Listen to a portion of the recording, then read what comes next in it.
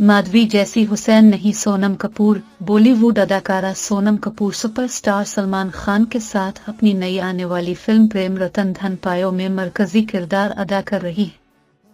हाल ही में सलमान खान की तरफ से प्रेम रतन धन पायो की प्रमोशन तकरीब के दौरान मीडिया से गुफ्तगू के दौरान कहा गया था कि अदाकारा सोनम कपूर ऐश्वर्या राय बच्चन और माधुरी दीक्षित से ज्यादा हुसैन और बासलाहियत अदाकारा हैं। ताहम हाल ही में मुनक्कद की जाने वाली नए फैशन ब्रांड की लॉन्च तकरीब के दौरान मीडिया से गुफ्तगू के दौरान अदाकारा की तरफ से कहा गया कि वो अपने आप को माधुरी दीक्षित से ज्यादा हुसैन ख्याल नहीं करती।